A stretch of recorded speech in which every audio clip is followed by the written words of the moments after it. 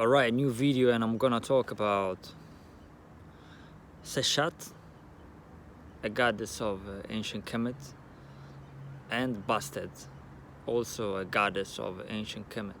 Let's start with Seshat. So Seshat is the counterpart of Tehuti. You know Tehuti by now. And she's actually the one that invented the language, the hieroglyph, the Medunachar. So she's the one that you would put on top, as in the master behind the civilization that we know as Ancient Kemet, the master of the written word. And Tehuti is actually the one that implemented those teachings, is the one that taught, as in his name, taught that sacred language, you know, that divine language, the language of God, so to speak. So again, we see a woman behind that, behind such an achievement. And yeah, the energy of Seshat, it's powerful. I will post in my community post her depiction that we see from the walls in ancient Egypt. I went to Luxor and I can show you how she's depicted, and she's depicted, and you can see it in my community post when I post it. She's depicted with the marijuana leaf. So if you look in so-called official sources, you won't find that the 7 pointed stars are actually the marijuana leaf. It's actually the marijuana leaf, because for obvious reasons they keep that concealed from the public, because if you say that and if you legitimize, you know, the benefit of the herb, things that is happening now with the marijuana, but in a parallel way, not in the way that, you know, in a way that in ancient times was glorified. Yeah. So she got the marijuana leaf, 7 pointed stars. I mean, it's so obvious to me, especially when you look at where that marijuana leaf stems from. It stems from her crown, her head, her crown chakra. And marijuana is known to have a certain effect on your crown chakra, on all the chakras really. And it's no wonder that it has 7 pointed stars, 7 leaves, as to represent, you know, the benefits that it has on our system, on the 7 chakras. That's how I read it, to be honest with you. And of course, it stems from the crown chakra, of course, the crown of Bastet. So you don't get much higher than that. And that in itself shows you how that herb, that sacred herb that was planted here on planet Earth, was serving the purpose of enlightening the people and let them, you know, sprout forth, as, you know, the herb itself sprout forth from their mental stagnation and from their mental inability to conceive higher higher thoughts. So, and that's what marijuana is really about. So it works on all the 7 chakras, and according to your imbalances, you know, you will see it working in a different way. You might get, you know, you might get creative, so it's working on your sacral chakra. Some people might get very active, so their willpower becomes strong, so the leaf is working on the solar plexus. Some people, you know, they get talkative and really talkative, and they really think outside the box when they use the throat chakra, and of course the higher chakras, you know, the pineal gland and the crown chakra, so you get elevated. some people, maybe they get more, you know, of course, in tune with whatever they have around them, whether it's nature, the people, they feel a lot. So that would be also like heart chakra, you know, and so on and so forth. So that was the main objective of Mariana, and no wonder that Seshat is the goddess of writing, and you know, and of learning, and you know, and of wisdom as Tehuti, right? Because that leaf again has been planted here to enhance all of our God-given abilities, and that's beautiful, you know. I'm not a Mariana smoker, but I know what I'm talking about. For sure, I know what I'm talking about.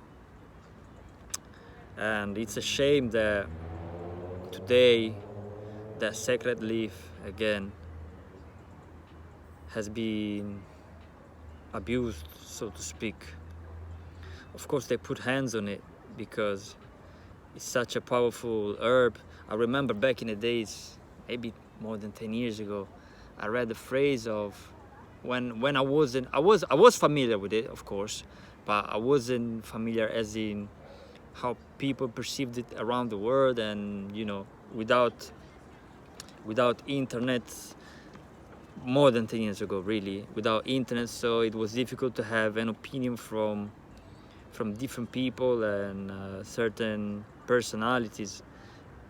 And I don't remember if it was a monk or a figure of a certain importance that said, you know, if the whole world would use marijuana, you know, tomorrow there would be a revolution everywhere, you know, because it's such a peaceful herb, such a, you know, it would be such a smooth way of living life. Really, there would be no war. I see a world where there would be much more sharing. And I'm not saying this as in, you know, I'm the one that shares, you know, because don't take my word as if I do incarnate everything that I talk about. So, you know, so, but anyway, I don't know why I went there, but yeah, again, it's difficult. It's very difficult to even embody that, you know, share and do this type of things in this kind of world that we live in, you know, in this type of capitalistic society. So you try to do your most. That's what it is. But that was like a little introduction to Seshat and the marijuana leaf. So yeah, I covered that. And going to Bastet. So Bastet is the cat goddess, you know. And the statue of the cat is actually now preserved in the British Museum in a glass. Yeah, I saw that, with the ring on the nose and her ear.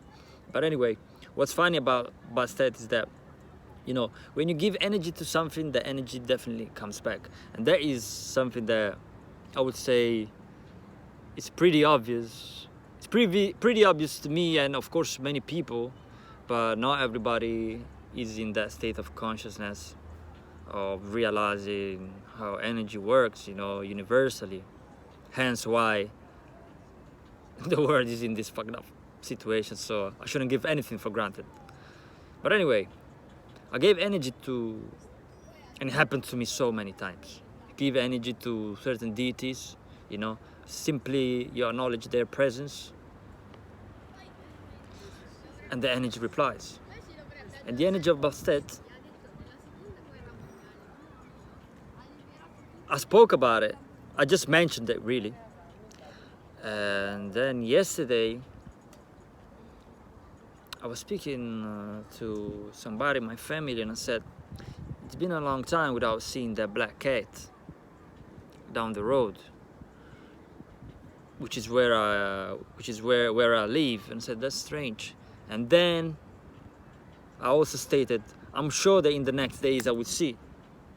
Next thing do you know, this morning, I see the black cat in the classical stance of the cat, you know, the one you would see Bastet in, you know, the one that you would see the cat represented all the time, you know, which for me is like a protective stance, you know, very elegant and regal, you know.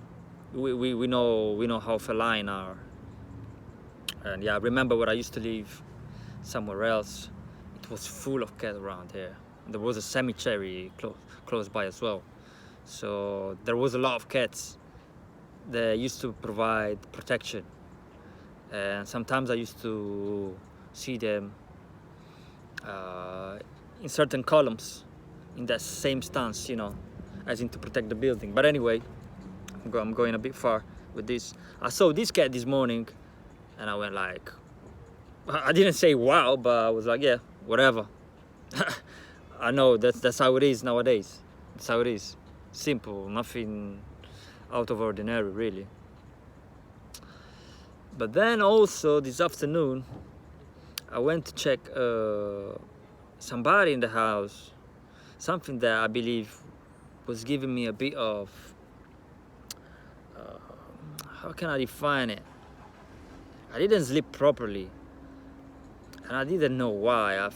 I was feeling this surge of energy, but it wasn't a surge of energy that was that pleasant. It's that surge of energy that some of you might have felt, you know, when the moon is full and you have it all in your house. Sometimes it happened to me that it makes me feel a bit, you know, uneasy in my skin, so to speak, a bit chaotic. And it's something I hate because I'm very calm, you know, always in control, you know. But always, it's difficult to say always in control, but always in control of my feelings, you know.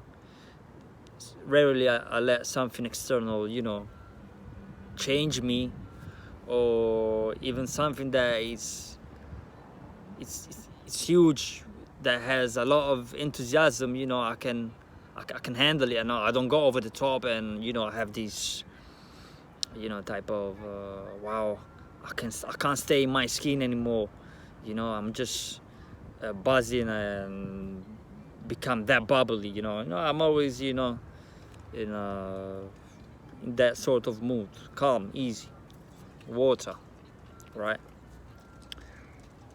But something was causing me to be like that, and I thought maybe it's crystals. Let me check the crystals around.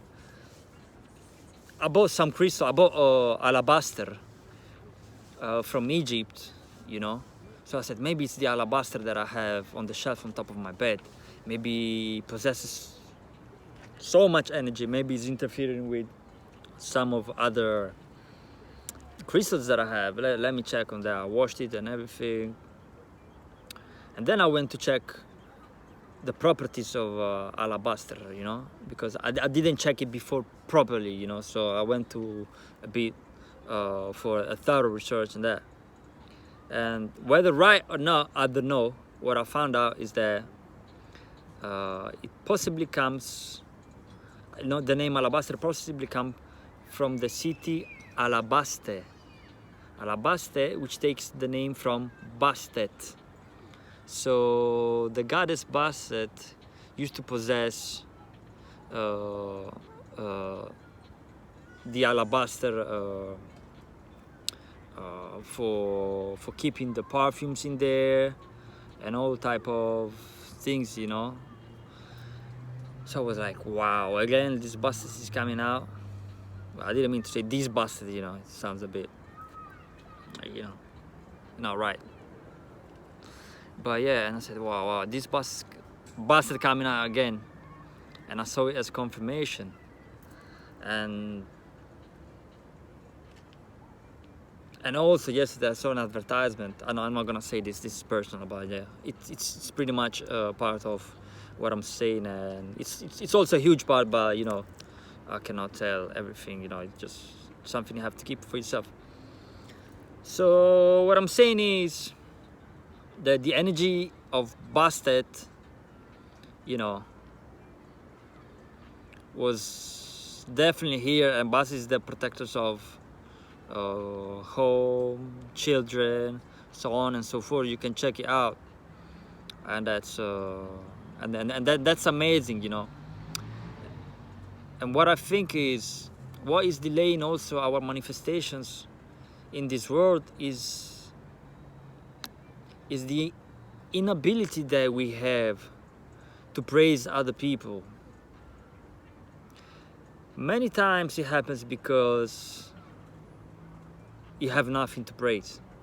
So maybe you think that most of the people, especially if you are a spiritual person with a certain connection, and you don't see the people at your level of consciousness, you struggle to recognize very positive, you know, qualities that they have.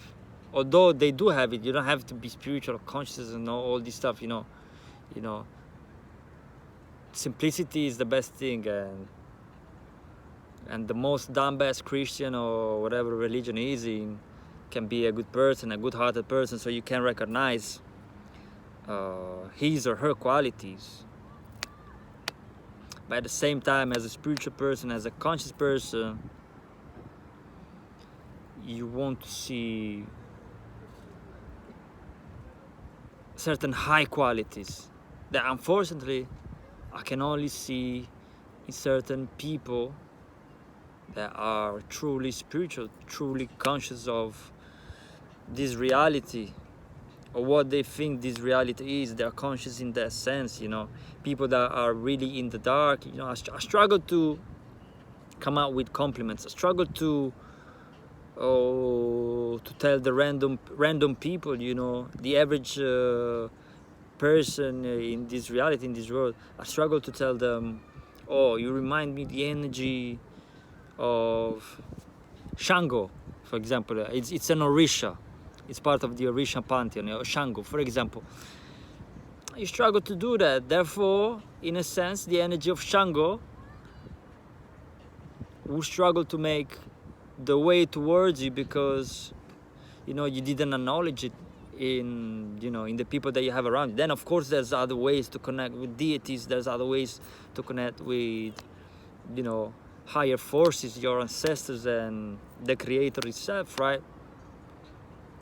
But when you live your everyday life, you know, sometimes you don't have time. For example, the average person, you know, with a regular job and things like that, don't have time to just, you know, connect somehow, you know. Yeah, you can meditate, whatever, but so the people around us should be a gateway, a stargate to other dimension from which we receive messages. You see my point? So I should see qualities in people around me that reflects the deities that we venerate, that once were people like us, you know. But if you don't have that, because we are not an advanced society, we are really slowing down the process of manifesting a better reality. So this is an aspect of a huge manifestation process, I believe, that is going wrong in our society, because we're lacking in that. But of course there's other way. This is not an excuse. It's not at all an excuse to say, oh, you know, I didn't make it, or that person didn't make it yet because of this. It's not an excuse. There's many different ways and paths to the truth, you know. Whichever way you follow and will lead to the truth. The truth at the end of the day is yours, you know, good for you. But so what I'm trying to say is that the vibration, the consciousness here in this place, it's very low, very, very low. And what happens, you get affected by it. you know, because in the moment that you feel enthusiastic regarding certain things, and you don't have a way to enhance the electric circuit, you know, with like-minded people, like-minded souls all around you, where you can thrive and both, you know, gain power from it, everything slows down, you know. I think we're living in a time where, I don't know, I don't like to call it names, fourth dimension, fifth dimension, whatever, but manifestation is just, it's almost instant manifestations, you know. I see it all the time, you know. I've been seeing it all my life, really. But now it's way faster manifestation. Before, I think that manifestation was something that only few people could get around it and see how the universe works, you know, and see the powerful design of the universe, that such as simple as what goes around comes around, because things were happening much more slower. Therefore, people thought that they could get away with things, you know. But ever since I'm a definitely teenager, probably child also, but I don't remember, I always saw that happening. I always saw the bill was always presented to me. If I overindulge in eating, you know, taking from other people's plates, for example, it's an example I give you, I always saw the bill coming. And I don't like to pay the bill at the end. I'd rather pay at the beginning, but you can't do that. You know, the bill comes in the end, and it's just, oh, that's how it is. So I always been able to make connection where most of the people could not make connection and say, oh, that's what's happening. But this is the power of spirituality, you know, and that's how it is. But nowadays you don't even have to master, you know, the science of life to really see that such a simple of what goes around comes around is in full effect. You know, nowadays if I do something wrong, you know, I'll fall on the floor straight away. If somebody does something wrong to me, forget about it, you know. Your food will slip in front of me, simple as that. And that's life. It's not that, you know, it's not that I'm bragging about something. It's just universal law. We all under this universal law, and I don't think anybody has a way of escaping it. It's just a way of delaying it. Yeah, I think it stops because of the battery. But what I was saying is, it stopped me when I was saying nobody has a way to escape it. No, that's crazy, because I said nobody has a way to escape it, only delaying it. And yeah, my video was being delayed by the battery that is almost by my low battery, you know. My phone is dying a bit. But yeah, you see, that's the work of a spiritual person, you know. The average person will see that as, oh yeah, whatever, the phone just stopped. But I see it as in, oh, you see what the universe is doing? It's agreeing with my message, and it's stopping my phone at the right point where I was saying that everybody will have their karma, but they can only delay it, but never avoid it.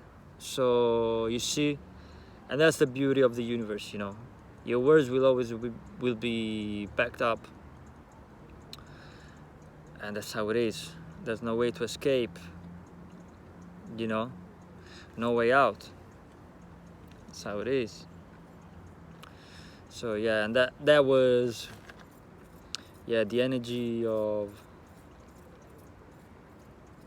Seshat and Bastet. And it's unfortunate because there is no temple, I think, dedicated to Seshat, which is quite unusual, unless there's been in the past, but you know, something happened to the temple. I don't know, because it's such an important figure, you know. So As much as I, you know, I don't want to say work with Tahuti, but as much as the energy of Tahuti is responding to me or is awakened within me, you know, the energy of Seshat, I must acknowledge it too. But as unfortunately many times happened in this patriarchal society, women have been forgotten and relegated to a secondary role, but not even secondary, to be honest with you, because secondary means coming immediately after the number one. So if the hood is the number one, I don't see Seshat inside, as in the acknowledgement that she has to define her, as the second one. But that's how it is. But yeah, this was my message. Yeah, that's it. Stay open.